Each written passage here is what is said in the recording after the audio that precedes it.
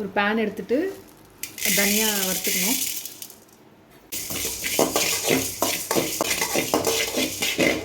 இது கூட 2 காஞ்ச மிளகா, கொஞ்சமாக சோம்பு, சீரகம், தனியா, காஞ்ச மிளகா, சோம்பு, சீரகம் போட்டு வறுத்தாச்சு. இது கொஞ்சமாக மிளகு ஆட் பண்ணிக்கிறேன். இது எல்லாத்தையும் சேர்த்து பொடி பண்ணிக்கலாம். எண்ணெய் கொஞ்சம் ஆட் பண்ணிக்கலாம்.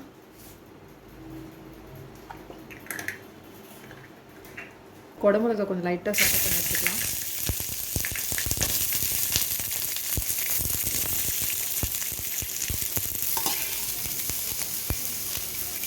எடுத்துக்கலாம்.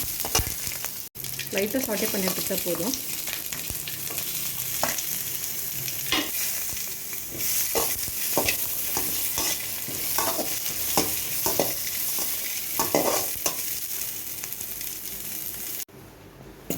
பன்னீர்,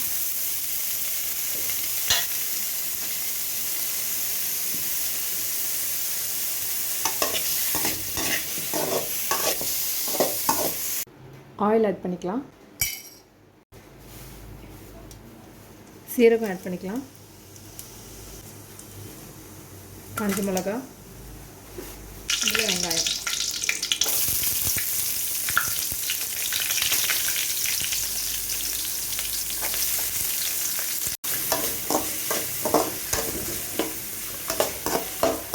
இது கூட இஞ்சி பூண்டு இடித்து வச்சுருக்கிறது போட்டுக்கலாம்.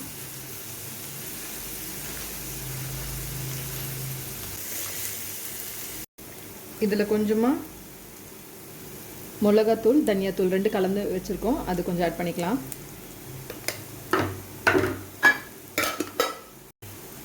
காஷ்மீரி சில்லி, கொஞ்சம் சில்லி பவுடர்,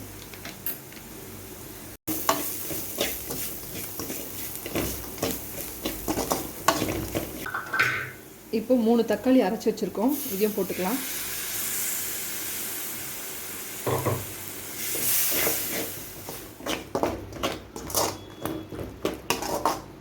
கொஞ்சம் சால்ட் ஆட் பண்ணிக்கலாம்.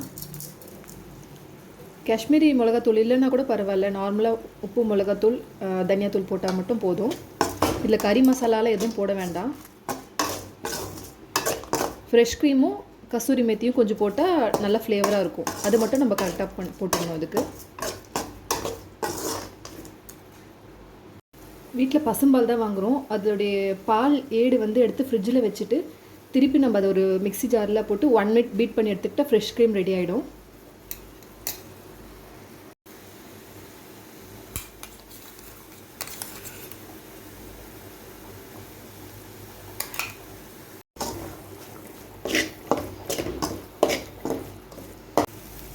நல்லா வதங்கிடுச்சு. இப்போ நம்ம குடமிளகா ஆட் பண்ணிக்கலாம். ஆல்ரெடி வறுத்து வச்சுருக்கோம்.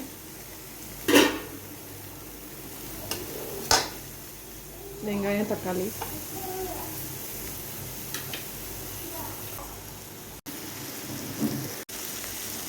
பன்னீர் கூட ஆட் பண்ணிக்கலாம்.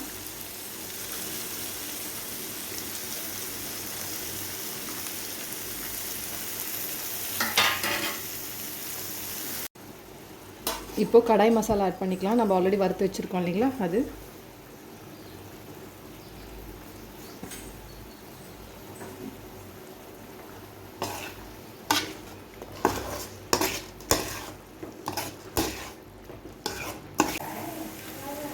இதில் கொஞ்சமாக ஃப்ரெஷ் க்ரீம் ஆட் பண்ணிக்கலாம்.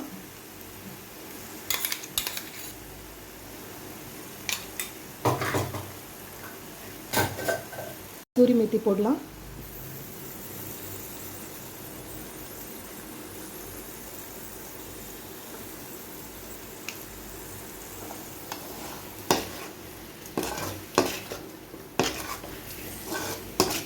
கடாய் பண்ணி ரெடி. நம்ம இறக்குனதுக்கப்புறமா கொஞ்சமாக ஃப்ரெஷ் க்ரீம் ஆட் பண்ணிக்கிட்டால் இன்னும் சூப்பராக இருக்கும். அவ்வளோதாங்க, ரெடி ஆகிடுச்சு.